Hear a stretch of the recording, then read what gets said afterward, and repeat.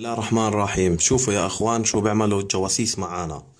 هذا سامسونج جالاكسي اس 5 شغال مثل ما تشوفوا. اول شي بنطفي التليفون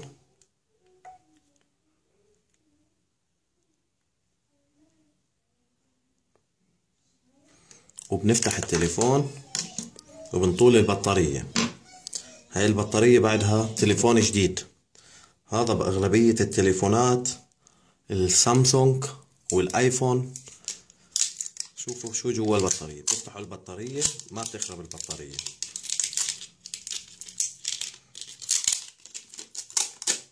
شايفين شو هاي السودا بتفتحوها. جهاز تنصت مع GPS بيسمعوا كل اشي بتحكوه. شوفوا هي السماعة مع جهاز GPS.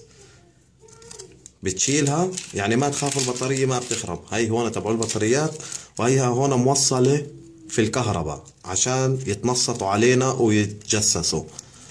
فبتسحبوها بتطلعوها اشي عادي ما بصير فيه التليفون. هياتها السماعة مبينة اذا شايفينها. بتسكروا التليفون بتردوا تلزقوها. هاي رجعت البطارية مثل ما هي. بنحطها بالتليفون وبنشغل التليفون.